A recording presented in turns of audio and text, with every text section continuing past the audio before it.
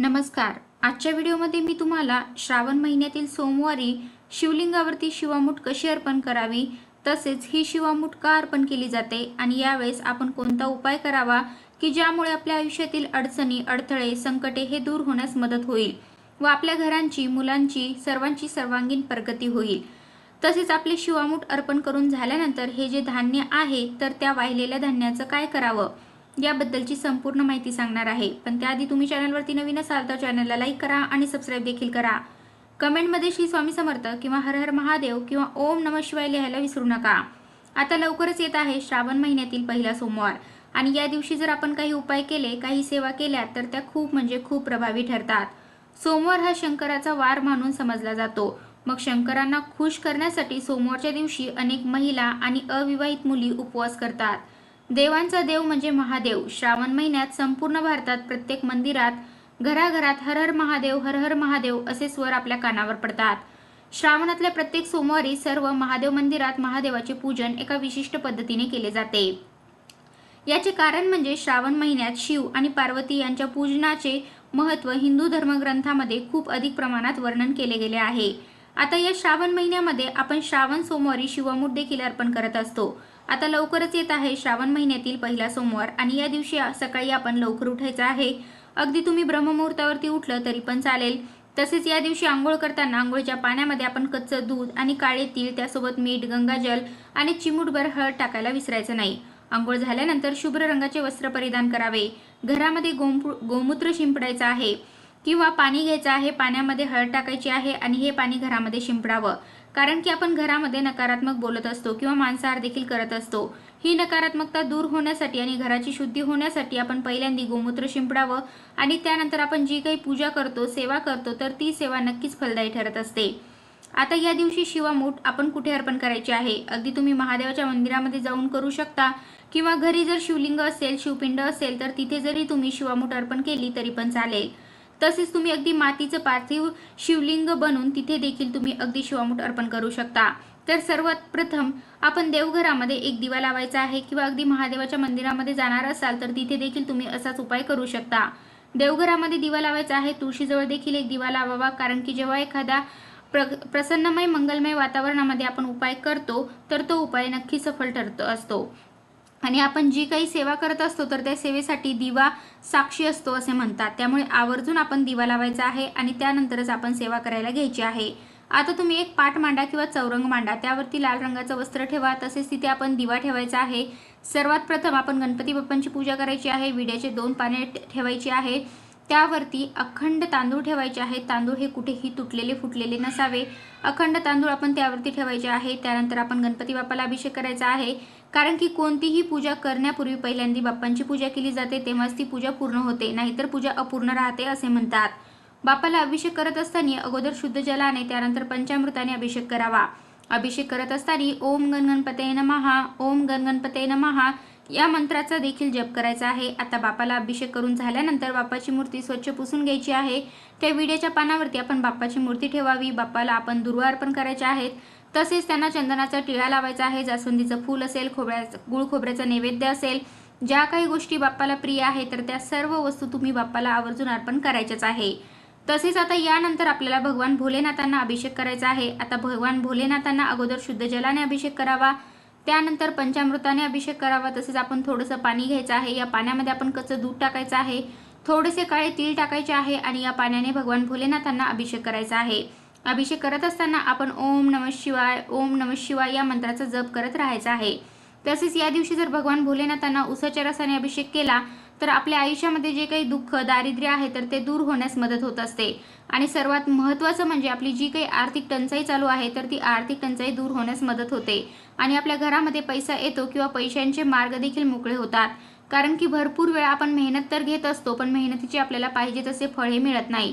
मग आपल्या कष्टाला नशिबाची साथ मिळण्यासाठी आणि आपलं दुर्भाग्य दूर होण्यासाठी या दिवशी तुम्ही आवर्जून शिवलिंगावरती उसाच्या रसाने अभिषेक करावा. अगदी महादेवाच्या मंदिरामध्ये जाऊन जरी तुम्हाला हा उपाय करणे शक्य असेल तर तिथे जरी तुम्ही उसाच्या रसाने भोलेनाथांना अभिषेक केला तरी पण चालेल.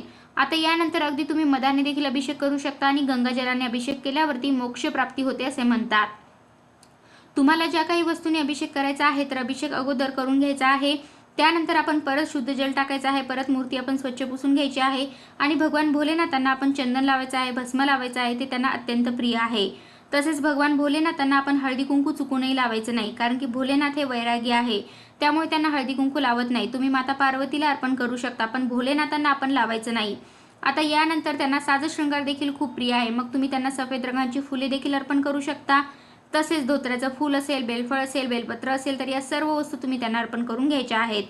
आता या दिवशी बेलपत्र अर्पण करत असतो तेव्हा बेलपत्र हे व्यवस्थितच असावं, त्याला 3 पाने पाहिजेत, मध्ये होल असेल, छिद्र असेल तर असं बेलपत्र चुकूनही घ्यायचं नाही।